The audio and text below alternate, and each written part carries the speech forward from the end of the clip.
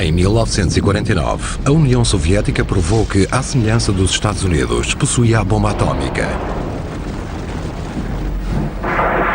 Duas superpotências tinham o poder de se destruírem uma à outra. Todos os dias tínhamos de trabalhar, não pensando se isso aconteceria, mas quando aconteceria. Mas acontecesse o que acontecesse, o governo teria de continuar a funcionar. O presidente e o pessoal mais importante tinham de ser protegidos. Há uma rede de instalações secretas desta época por todo o território dos Estados Unidos, que só recentemente foi desativada. Os nossos investigadores estão a desvendar os seus segredos. Explorarão o abrigo simples construído por JFK numa ilha perto da sua mansão da Flórida. E as instalações enterradas por baixo de um hotel de 5 estrelas, a partir das quais o Congresso funcionaria na eventualidade de uma guerra. Entrarão no edifício que esteve durante 3 décadas sempre pronto a ser usado e que se encontra agora parado no tempo. Nas décadas de 50 e 60, este equipamento era o último grito da tecnologia. Entrarão numa fortaleza tecnologicamente avançada, com capacidade para sobreviver ao ataque direto de uma ogiva nuclear. Durante quase meio século, estas instalações ficaram em alerta constante. Este é o mundo perdido dos bunkers secretos dos Estados Unidos.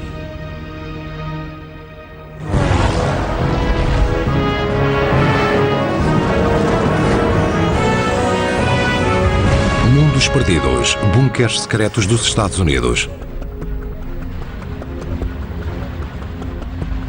Na década de 1950, a expansão e a agressão russas ameaçaram uma guerra global. A perspectiva de um conflito nuclear era real e aterradora. O exército dos Estados Unidos calculou o efeito provável de um ataque à América e fez planos de acordo com isso. Se lançassem uma bomba sobre Washington, centenas de milhares de pessoas seriam imediatamente vaporizadas. A radiação letal espalhar-se-ia num raio de centenas de quilómetros quadrados. Imediatamente, o governo começou a armazenar rações de alimentos e a construir abrigos anti-radiação para a população em geral. Mas num programa ultra-secreto muito mais ambicioso, começou também a construir uma série de bunkers. Se a Terceira Guerra Mundial rebentasse, o governo continuaria a funcionar. Os nossos investigadores vão regressar a estas instalações secretas para desvendar os seus segredos. Chris Carroll é engenheiro de estruturas.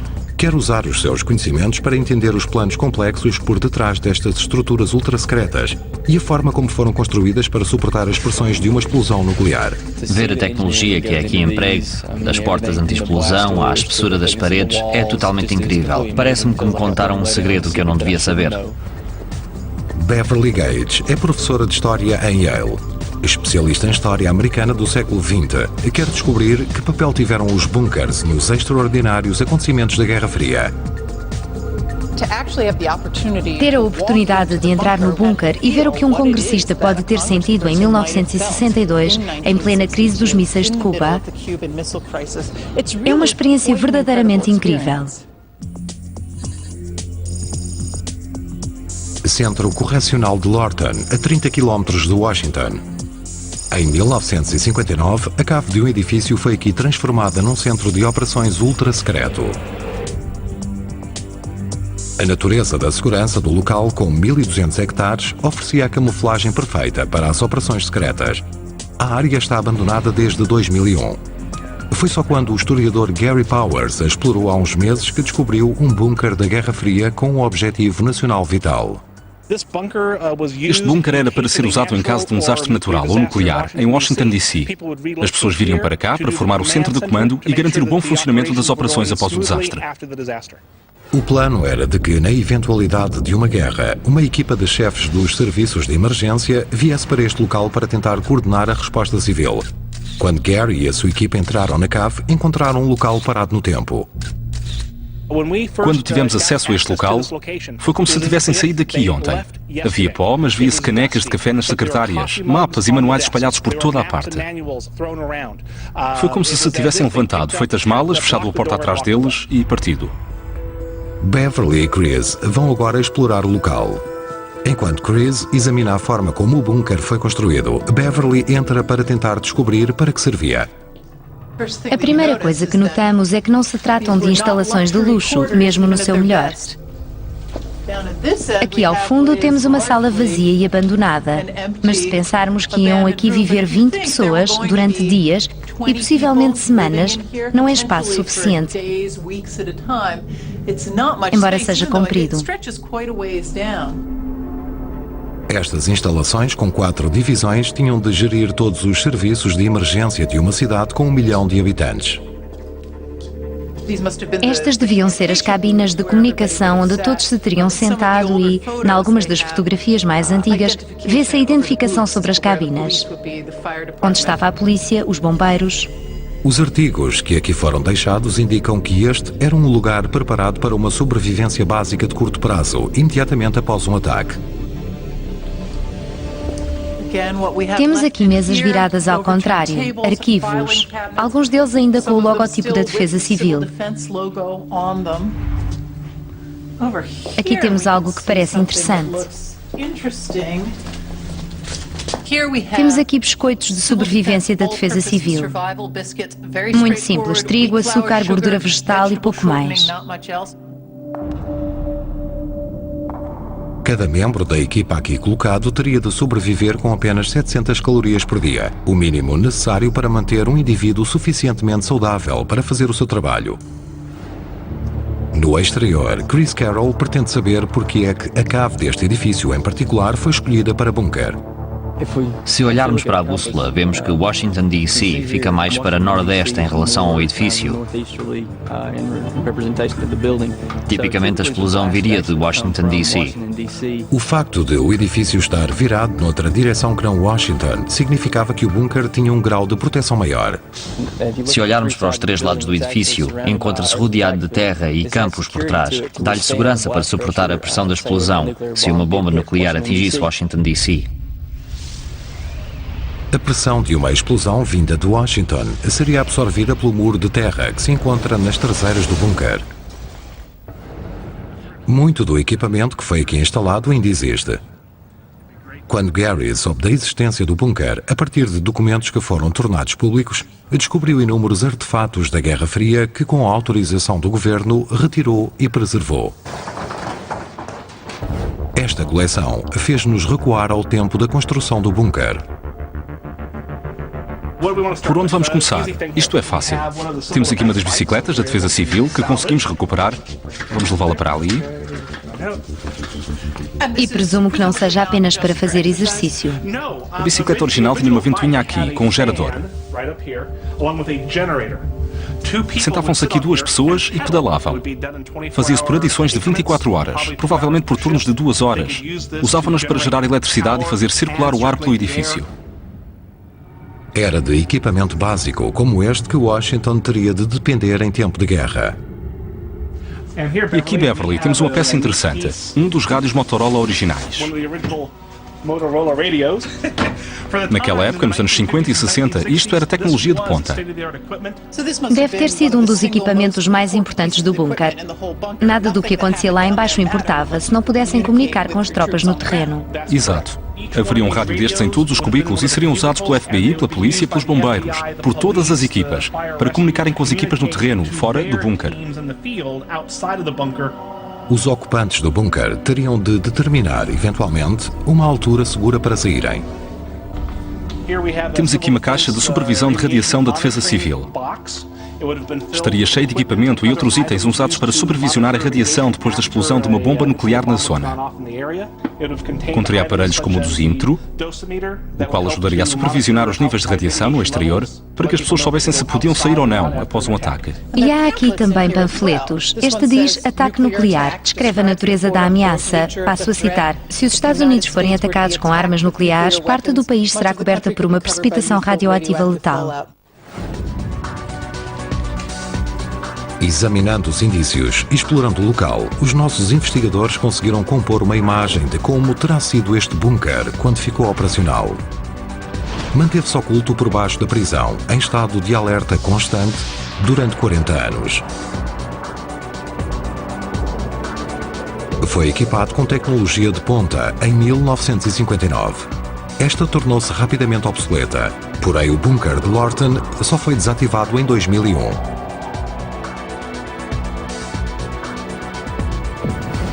Estas instalações tinham por objetivo oferecer uma primeira resposta a uma emergência, mas foram feitos planos para garantir a sobrevivência a longo prazo do governo. No mesmo ano que o bunker de Lorton foi ativado, iniciou-se a construção de umas instalações destinadas a conter 1.200 pessoas. Em tempo de guerra, seria aqui o palco do Congresso dos Estados Unidos.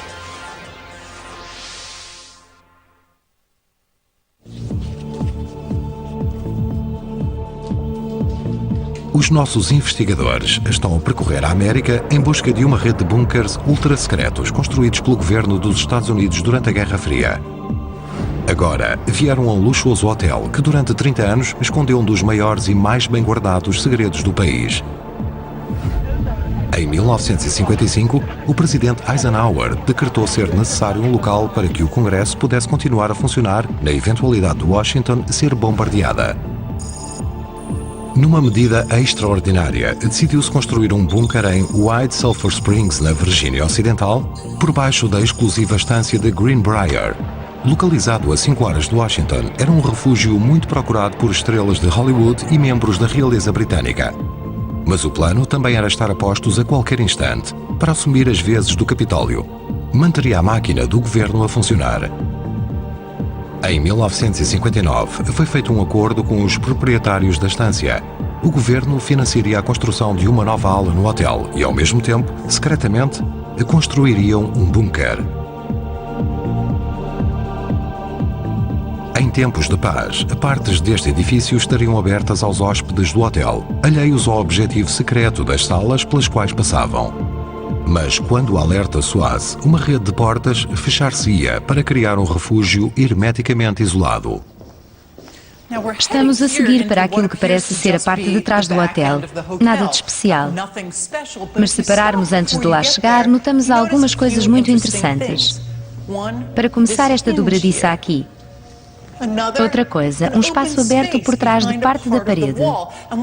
Trata-se de uma parede falsa que cobre a porta anti-explosão. Se já soubermos, é incrivelmente óbvio. Mas se não soubéssemos, como poderíamos imaginar o que está aqui atrás? 25 toneladas de aço reforçado, construído para suportar tudo, exceto um ataque direto. Durante 30 anos, os hóspedes deste hotel de luxo passaram por este local sem suspeitar de nada.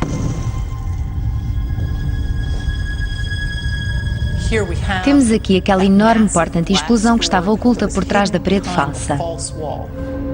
Esta era uma de 3 portas anti-explosão secretas que protegiam as entradas do bunker. As outras 2 abriam-se diretamente para o exterior. Chris Carroll chegou à entrada do túnel ocidental. Durante o período em que estas instalações estiveram ativas, foi disfarçada de porta de serviço. Mas, de novo, por detrás desta fachada, encontra-se uma enorme superfície de aço reforçado. Temos aqui uma das entradas principais do bunker, que está protegida por uma porta anti-explosão de 25 toneladas. E o que uma porta anti-explosão faz é suportar a pressão da explosão de uma bomba nuclear até 32 km de distância. É difícil começar a movê-la, mas depois de começar é facílimo. Esta porta anti-explosão encontra-se perfeitamente equilibrada nas dobradiças, que pesam 1 tonelada cada uma para permitir um movimento fácil. A porta foi especialmente projetada para absorver a potente onda de choque destrutiva causada por uma bomba nuclear. Funciona como a porta de um cofre de banco. É feita de aço reforçado com betão. Na eventualidade de uma explosão, amolgaria e absorveria a onda de choque. Quando a onda passasse, voltaria a assumir a forma original. O bunker era apenas seguro se pudesse suportar esta força inicial. Estas instalações puderam ser construídas a esta escala e em segredo apenas porque integraram o seu projeto no hotel. Esta era efetivamente a entrada do bunker, mas funcionava também como sala de exposições do hotel. Ao longo dos anos, milhares de pessoas assistiam a conferências e exposições aqui. Vamos agora entrar no bunker e a primeira coisa que sentimos é uma corrente de ar fortíssima. Ao entrarmos, sentimos que estamos num edifício completamente diferente. Toda a decoração desapareceu. Já não há cores, já não há tapetes. É um dos poucos espaços do bunker ao qual o público tinha acesso. Após receberem aviso de um ataque iminente, esta sala de conferências de 1.486 metros quadrados seria isolada do hotel e transformada em espaço de trabalho para os assistentes dos congressistas. Segundo o historiador do hotel, Bob Conte, deixar entrar gente em parte do bunker era uma técnica deliberada para desviar as atenções do seu verdadeiro propósito. Como é que se constrói uma coisa assim em segredo? Emprega-se uma técnica chamada esconder à vista de todos. Ou seja, constrói-se o bunker subterrâneo secreto em conjugação com uma ala acima do solo, junto ao Greenbrier. Portanto, constroem-se dois edifícios de uma só vez. Um edifício público e um secreto. E a razão por detrás da construção da ala acima do solo, a ala de Virgínia Ocidental, é criar uma explicação plausível para este projeto de construção de larga escala. A ala de Virgínia Ocidental e o bunker por baixo dela levaram 2 anos e meio a serem construídos. O projeto custou 14 milhões de dólares.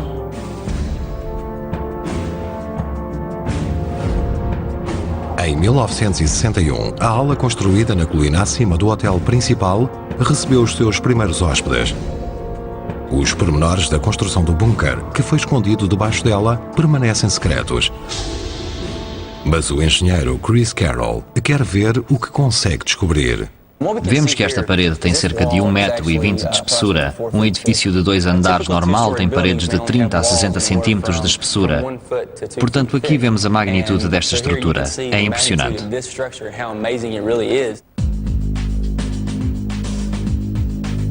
Construir a esta escala em segredo foi um feito extraordinário. Para investigar o que viu em Greenbrier, Chris construiu o modelo de um bunker no seu laboratório do Virginia Tech. Quer demonstrar a forma como o betão usado no bunker foi reforçado para suportar a enorme pressão da explosão de uma bomba nuclear. Construímos um bunker em escala pequena, com 1,83 m de comprimento, 1,52 m de largura e 1,52 m de altura. Chris quer ver como é que o betão reage quando sujeito a uma força extrema.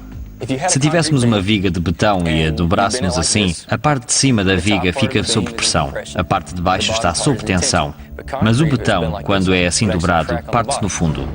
Por essa razão, o betão normal quebra-se. Um material fraco para servir de isolamento a uma bomba. Para dar ao betão mais força e durabilidade, os construtores reforçaram-no com varas de aço, conhecidas como barras de reforço. Vemos aqui um exemplo do aço reforçado que colocamos dentro das paredes e na laje do teto deste bunker.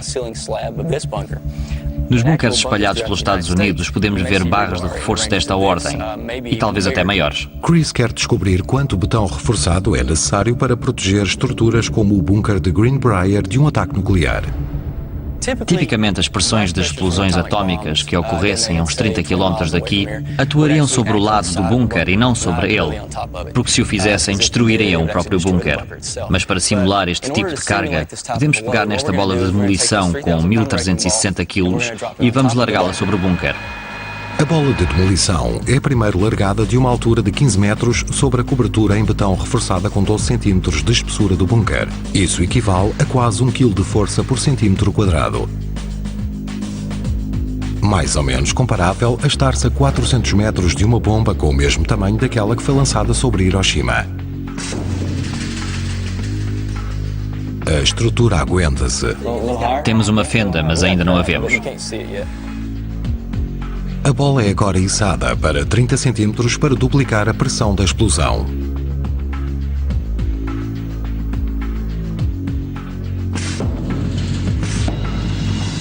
Novamente, o bunker aguenta-se, mas por pouco. Os danos que sofreu equivalem mais ou menos a estar apenas a 320 metros da zona de impacto em Hiroshima. O betão comum e quase todos os outros materiais de construção ter-se-iam desintegrado. Mas, embora o bunker tenha sobrevivido, atingiu o que os engenheiros chamam a sua derradeira carga. Como se vê, temos algumas fendas aqui. E temos uma fenda circular por cima. Ou seja, tivemos tensão nas bordas exteriores, o que é normal numa laje. Temos tensão também em cima. Temos fendas em cada lado da parede. Se não tivéssemos o aço reforçado no bunker, este ter-se-ia desmoronado em diversos pontos. A simulação de Chris dá-nos uma ideia de quão fortes eram as paredes do bunker de Greenbrier. Tinham de o ser. No mesmo ano que o bunker foi acabado, a União Soviética testou uma bomba pelo menos 3.000 vezes mais potente do que aquela que foi lançada sobre Hiroshima. Mesmo a mais de 400 km de Washington, D.C., o provável centro da explosão, o Greenbrier teria tido de suportar uma pressão enorme. E agora, podemos revelar como. Foram escavadas 10.000 toneladas de terra. Depois, construiu-se o bunker de 2 andares, a 219 metros da encosta da colina. Feito de betão reforçado, cobria uma área de 10.415 metros quadrados. Havia uma camada de 15 metros de terra entre o topo do bunker e o hotel mais acima.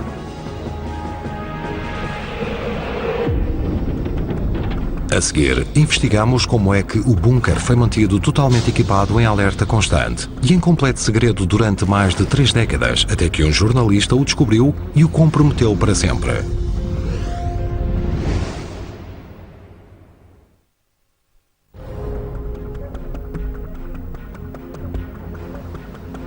Na Virgínia Ocidental, oculto dos edifícios da luxuosa estância de Greenbrier, os nossos investigadores encontraram um bunker tecnologicamente avançado. Foi construído há quase 5 décadas. A sua missão, dependente de sigilo total, era garantir um lugar seguro para o Congresso na eventualidade de um ataque nuclear. Agora, querem saber como é que este bunker estava equipado para defender os líderes da nação em tempo de guerra e como foi possível manter um projeto desta escala em segredo. Em 1972, o oficial dos serviços secretos do exército, Fritz Bugas, foi enviado para Greenbrier. Com uma equipa de 12 homens, tinha a missão de manter o bunker em estado de alerta. Como fachada, trabalhava como técnico de televisão no hotel para uma empresa chamada Forsyth Associates. O meu papel aqui no Greenbrier, como chefe da Forsyth Associates, era garantir a assistência áudio e vídeo necessária ao hotel.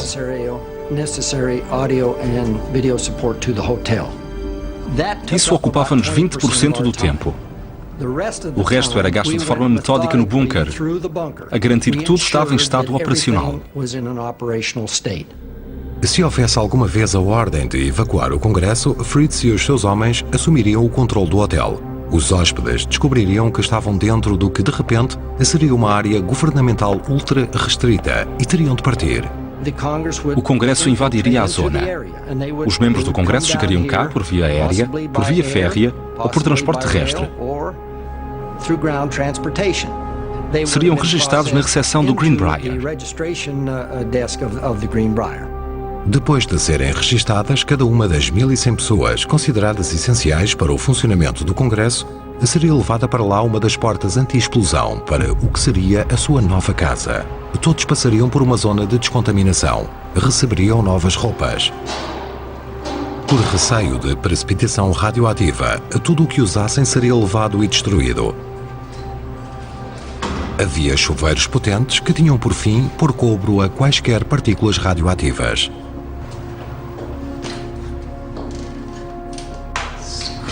É um espaço apertado e fechado. Imaginem, esta seria a primeira apresentação de um congressista a um bunker. E quando a última pessoa passasse pelo processo, as portas anti-explosão fechar-se-iam. O plano era ficarem encerradas durante 3 semanas.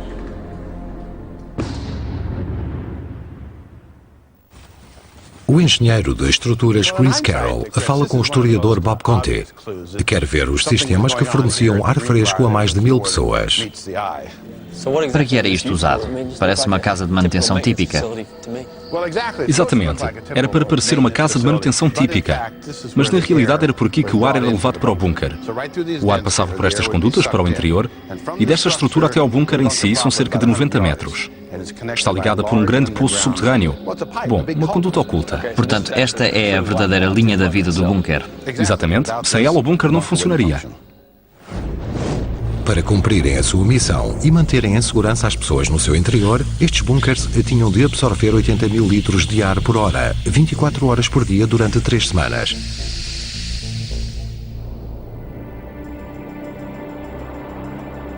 Os alojamentos contrastavam totalmente com o luxo do hotel que havia por cima. Todos tinham de dormir num de 18 grandes dormitórios. Imaginem longas filas. Eram quase casernas militares. Este é um dos cacifes que seria partilhado por 2 pessoas. De novo, sem muito espaço, nem muita privacidade. Temos uma lista de prioridades. Designávamos uma cama específica para um determinado senador ou congressista. Dávamos o beliche de baixo aos mais séniores e o de cima aos menos séniores. E era assim que estipulávamos os lugares. Durante o tempo que o bunker esteve operacional, foi continuamente aperfeiçoado e reabastecido. Havia sempre combustível para 3 semanas, alimentos para 3 semanas e medicamentos para 3 semanas. A ideia era de que tinham de ter tudo a postos para qualquer eventualidade. Por isso tinham de ter tudo preparado, e isso incluía instalações médicas. Havia aqui uma clínica com 12 camas.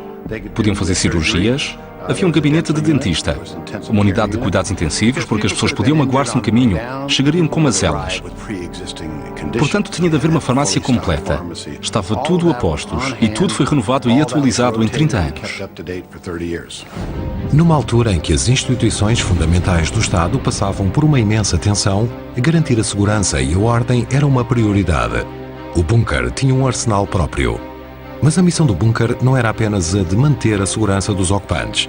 Eles tinham de poder continuar a governar o país. Havia um estúdio de comunicações com tecnologia de ponta quando foi construído e os meios para emitir para o mundo inteiro. As comunicações públicas seriam feitas contra estes panos de fumo pintados. Por um lado, parece completamente absurda a ideia de que alguém ia ficar aqui na eventualidade de um holocausto nuclear ou um ataque nuclear sobre Washington e pôr-se diante da Casa Branca ou diante do Capitólio para sugerir: não se preocupem, está tudo bem.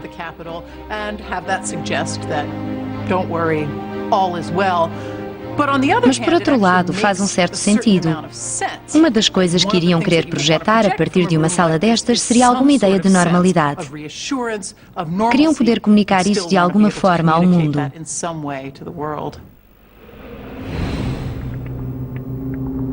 Esta capacidade de enviar e receber mensagens era vital. Chris quer saber como é que os sinais de televisão do bunker isolado poderiam chegar ao exterior. Onde é que estamos exatamente e para que eram utilizadas estas instalações? Estamos no topo da montanha Kate. O Greenbrier e a entrada para o bunker ficam uns 7 ou 8 quilómetros atrás de mim.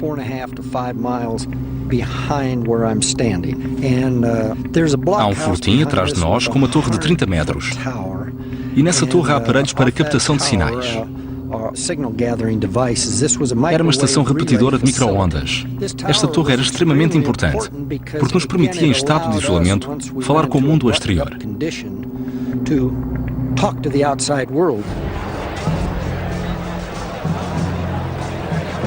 O mais próximo que o Greenbrier esteve de ser ativado foi durante a crise dos mísseis de 1962. Com o aprofundar da tensão entre os americanos e os soviéticos, os Estados Unidos puseram-se a postos. I have directed the armed forces to prepare for any eventuality. A emergência passou e o Greenbrier não se tornou necessário. Mas nos 29 anos que se seguiram, o governo gastou milhões de dólares para manter estas instalações a postos para uma eventual ativação. É fantástico entrar no bunker, ver os pormenores e, por outro lado, perceber o grau de vulnerabilidade deste espaço. Bastava que alguém o denunciasse. Em 1991, as ações de um homem tornaram o Greenbrier obsoleto da noite para o dia. O jornalista Ted Gupp escreveu um artigo sobre o bunker no Washington Post. Para Fritz Bugas, ainda é difícil descrever o que sente sobre isso. Foi arrasador.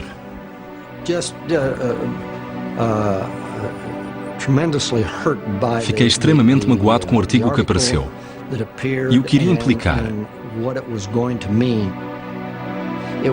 O Congresso determinou que estas instalações já não eram adequadas a qualquer tipo de reinstalação. Quando o artigo foi publicado, o governo não teve alternativa senão desativar o bunker. Retiraram-lhe todo o equipamento. Agora, quase 2 décadas depois, podemos recriá-lo como terá sido após a sua conclusão em 1961.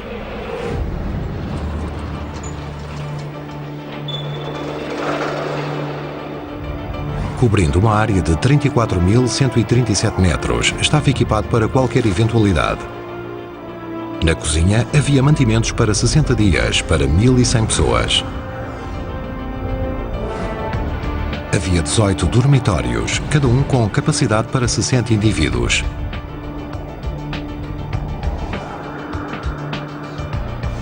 A clínica podia responder a tudo, desde simples emergências médicas a grandes cirurgias, e o estúdio de comunicações de tecnologia de ponta significava que as pessoas aqui isoladas podiam continuar a falar para milhões de americanos. Mas o mais importante era que o Congresso pudesse continuar a funcionar, mesmo em circunstâncias extraordinárias. Portanto, construiu-se este substituto do Congresso, atestando a convicção de que qualquer ataque podia ser enfrentado, suportado e ultrapassado. Hoje, que o seu segredo é bem conhecido, o hotel continua a receber hóspedes. No entanto, uma grande parte do bunker continua interdita, como durante a Guerra Fria, e é usada como arquivo de segurança. A seguir, numa ilha ao largo de Palm Beach, na Flórida, os nossos investigadores exploram o bunker construído especialmente para JFK, o refúgio secreto da primeira família da nação.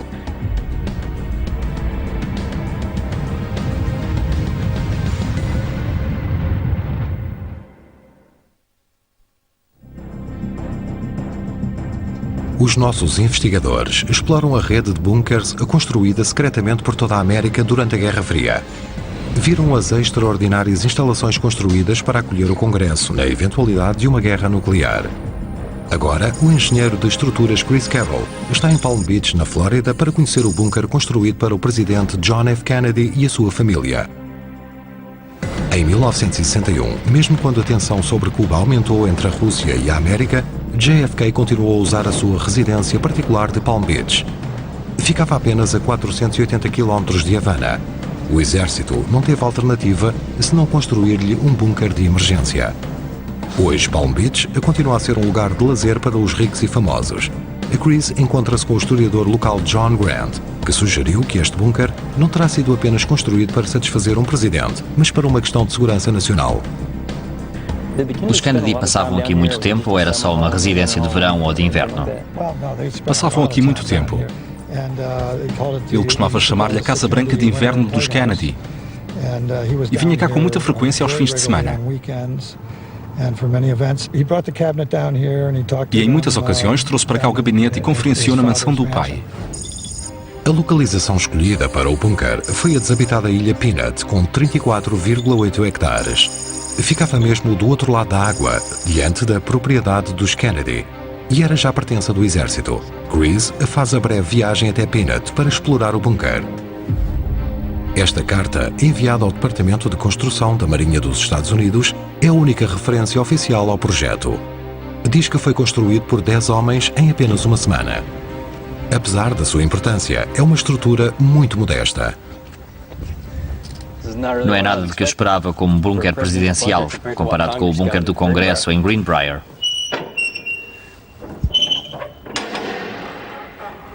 Comparada com a porta de lá, creio que pesava 25 toneladas. Esta deve pesar 45 quilos, com muita sorte. Isto parece ser uma conduta de ventilação. Na eventualidade de um ataque nuclear, giravam isto. Eu não consigo. Temos outra deste lado e esta gira. Conseguimos fazê-la girar e fechá-la, e assim tornamos o bunker estanque, para prevenir qualquer tipo de contaminação no seu interior. Estou agora a descer pelo túnel de entrada para o bunker e basicamente é formado por tubos de aço. É um pouco claustrofóbico se olharmos à volta. Os desenhadores destas instalações estavam claramente mais preocupados em garantir a sobrevivência do que em luxos. Diz aqui que isto é um ponto de verificação de radiação. Por favor, tome um duche antes de entrar. Presumo que isto seja um chuveiro de descontaminação. E é mesmo. Temos aqui o chuveiro e um ralo no chão. Portanto, o que eu faria era entrar neste espaço, fecharia depois a porta. A partir daí, tiraria a roupa e passaria a roupa contaminada por esta portinhola. Depois tomaria um duche e receberia roupa limpa através desta portinhola. Depois da descontaminação, poderia entrar no bunker sem representar uma ameaça para quem estivesse lá dentro. A parte principal do bunker é composta por apenas uma sala. Nunca foi planeada para ser uma solução de longo prazo. Era apenas um ponto de passagem, oferecendo um abrigo básico à primeira família da América. O que teria acontecido naquela altura é que, na eventualidade de um ataque nuclear, o presidente Kennedy e a sua comitiva seriam trazidos para este bunker. Aqui sozinho o espaço é grande, mas com 30 pessoas deveria ser bastante apertado e claustrofóbico para todos. Para o caso de haver obstrução da porta principal, foi construída uma outra saída de emergência. Esta deve ser a outra saída do bunker. Este caminho foi selado com betão, mas continua visível. Nas traseiras do bunker é possível perceber os materiais e as técnicas que foram utilizados na sua construção. Para construírem este bunker, teriam escavado entre 4 e 6 metros e colocado o tubo de aço que aqui vemos. É típico dos canos de esgoto que vemos hoje. Colocavam o tubo e depois tapavam tudo.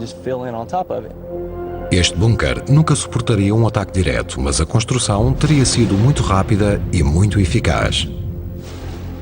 Se a casa do presidente Kennedy fica do outro lado da ilha, pode dar-nos uma ideia de como ele chegaria à Ilha Peanut na eventualidade de um ataque nuclear. Sim. O presidente teria sido levado rapidamente da mansão dele para as docas, aqui na marina. Se fosse de barco, caso o tempo permitisse.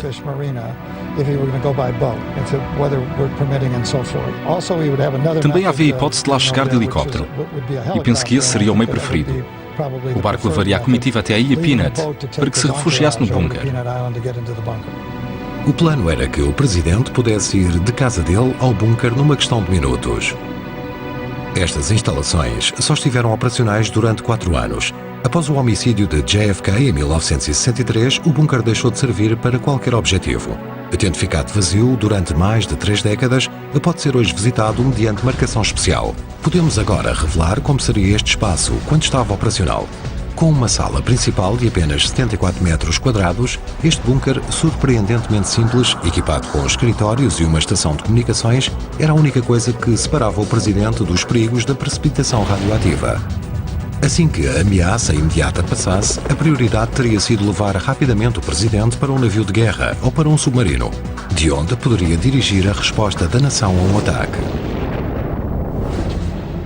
Anos mais tarde, essa resposta viria do mais extraordinário de todos os bunkers da Guerra Fria. Já a seguir, no Colorado, vamos investigar uma instalação construída para suportar um ataque direto de uma bomba nuclear.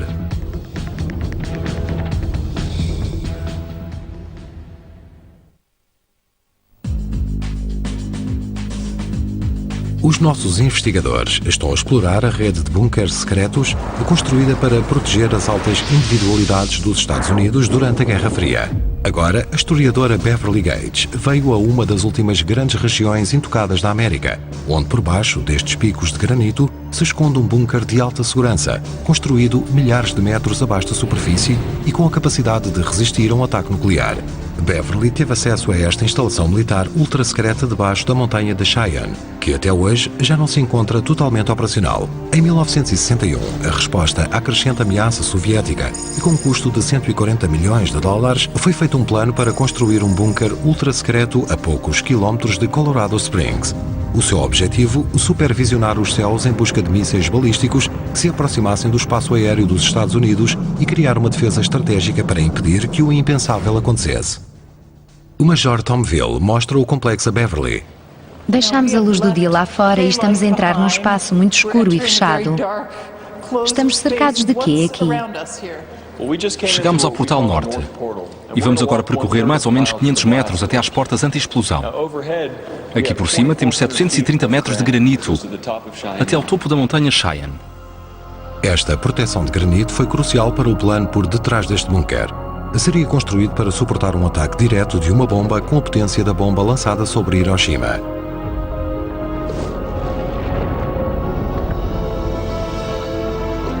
Em 1961, começou a construção na montanha Cheyenne.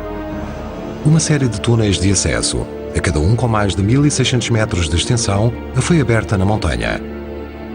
Para o complexo do bunker, os engenheiros extraíram milhões de toneladas de granito.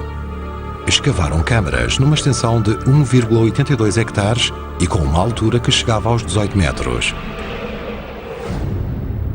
A entrada para o complexo do bunker era protegida por uma série de portas anti-explosão com 25 toneladas. Foram fechadas pela última vez no dia 11 de setembro e, uma vez fechadas, isolou o bunker por completo do mundo exterior. Para juntar força estrutural a um tal cenário e para compensar tantas toneladas de pedra extraídas, 103 mil pinos, entre 1,83 m e os 9,75 m de comprimento, são inseridos na rocha exposta por todo o recinto. 2 agentes a tempo inteiro recebem a missão de verificar se esses pinos estão seguros. Para lá das portas anti-explosão, os edifícios ultra-secretos que contêm a tecnologia para detecção de mísseis situam-se no vasto espaço escavado, mesmo no centro da montanha. Estou aqui entre a parte da montanha de granito e um edifício cuja altura parece nunca mais acabar. Sinto-me muito pequena aqui embaixo. E, na verdade, os próprios edifícios são completamente separados da montanha. Estão cá dentro, vemos a montanha aqui. Isto é granito, isto é o edifício e as duas coisas não se tocam. Podemos revelar como é que os engenheiros projetaram os edifícios do bunker para que fossem isolados da rocha da montanha, só ligados ao nível térreo. Isso garante que, na eventualidade de um ataque direto, o impacto das ondas de choque sobre o bunker seria minimizado. Foi implementada outra medida para reduzir o efeito das ondas de choque. Estamos agora por baixo do edifício 1, por baixo da entrada principal do complexo. Há 15 edifícios dentro do complexo e são todos suportados por estas molas. Cada uma pesa 450 kg e há 1.319 a suportar os edifícios. Na eventualidade de uma explosão, estas molas gigantescas colocadas por baixo de todas as estruturas do bunker permitiriam que cada um dos edifícios se movesse para cima e para baixo independentemente, absorvendo as ondas de choque com danos mínimos. Permitem que os edifícios oscilem até 30 cm em qualquer direção. Cada edifício tem um apoio independente. Não se tocam e não tocam a rocha. São interligados por pontes de metal e vestíbulos em vinil. Se um deles se partisse, isso não afetaria as operações de edifício para edifício. Todas estas inovações da engenharia, as molas, as portas anti-explosão, a construção de um bunker dentro de uma montanha, foram planeadas para proteger isto, o controle da missão.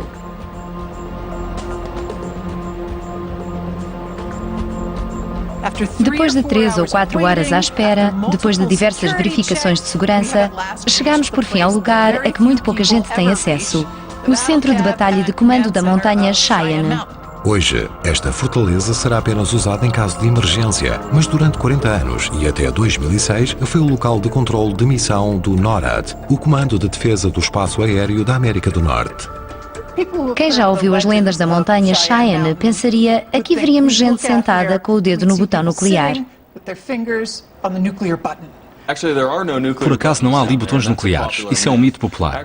O que fazemos é juntar e disseminar informação. E isso seguiria para as autoridades do Comando Nacional dos Estados Unidos e do Canadá.